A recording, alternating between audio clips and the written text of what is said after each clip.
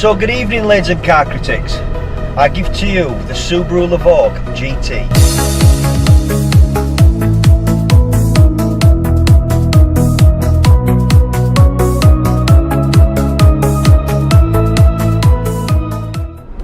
So the Levorg. Well, Subaru have created this car as a legacy. No, it's not a legacy.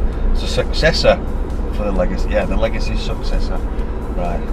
This isn't a good start, is it? So the Levorg. Well, Subaru have created this car as a successor to the Legacy, and what I'd call a family estate car at a reasonable price. For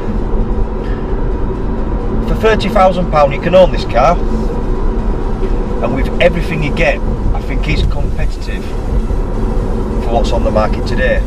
Darkness is creeping in.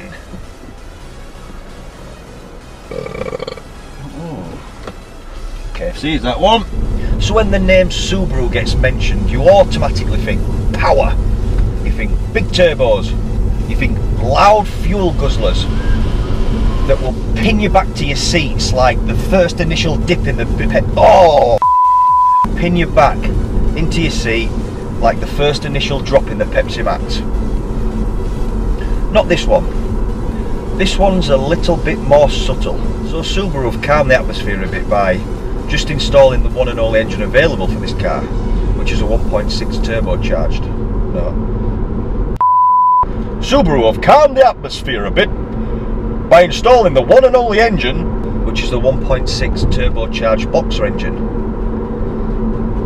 And at 170 brake horsepower, you'd think it's a bit too powerful for a family estate. But this car's got the best of both worlds. It's good for mum, doing the family run in the morning with the kids.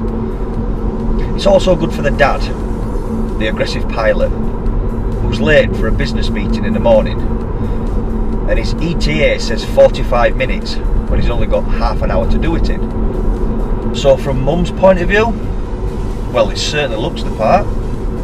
It's comfortable to drive, it's easy to drive, it's got plenty of room in the back for the kids to get in and out, it's got a boot space big enough for the outcome of dad giving her his credit card, and above the centre console can also display a calendar, just to jog her memory if she has a hair appointment at the end of the month. So from dad's point of view, this Subaru could be quite a naughty family estate car. Oh, come on mate, I'm trying to film with your Harley Davidson and that. Naughty Craig. So from dad's point of view, this could be a little bit more than a family estate car, with the recognisable Subaru bonnet scoop and the sports style body kit, and where mum wants displayed a calendar, can be toggled to display a turbo gauge, an oil pressure gauge, and even how hard he's got his foot on the throttle. It must be made to drive with aggression. It must be made to drive with aggression. So what don't I like about this Subaru? Well, for starters, looking through the windscreen, there's 3 big dirty cameras. Looks like the film set of Big Brother. The mirrors look a bit out of place, and the more times I look at them, the worse they get. Not quite keen on the middle seat belt either. Although it does go back up into the roof, you can still see the big bump in the roof lining. One thing I do like, takes. Both front windows are automatic. As an overall, I'd describe this Subaru as a 6-pack of cans, but just missing that plastic ring to hold them all together. I mean, this isn't a bad thing either, because I actually quite like this Subaru. It's just like the lane departure lights. All it does is beep and flash when you leave the lane. It doesn't do nothing to stop you from doing so. Or the collision warning, it just displays a red light on the dashboard and beeps again. It doesn't give you no assist to your braking. The front lights, the headlights are LED, the fog lights are that horrible yellow colour. I mean, everything's there, but I think it just needs tweaking, just needs pulling together.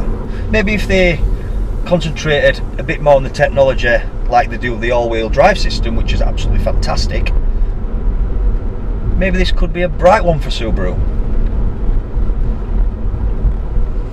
The future could be bright. The future could be Subaru.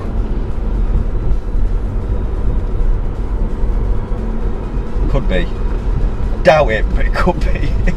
So unlike the shopping trolleys built in Thailand, the ST200 was built in Germany by Ford's RS team.